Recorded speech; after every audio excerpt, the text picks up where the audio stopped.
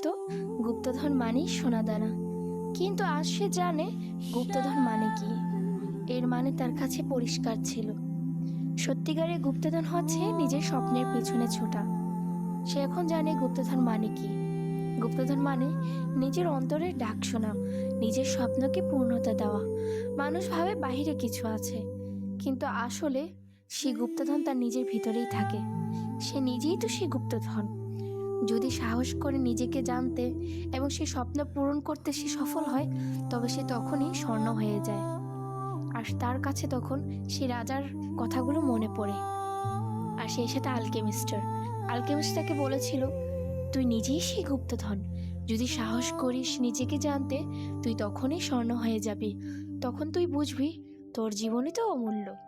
এই কথাগুলো সান্তিয়াগো নিজের মনে বারবার বলতে থাকে আর খুশি হতে থাকে। সবাই তো নিচ্ছে, আপনি কেন বঞ্চিত থাকবেন এই মায়াবী পিস থেকে? এখনই অর্ডার করুন আপনারও আপনার প্রিয়জনের জন্য।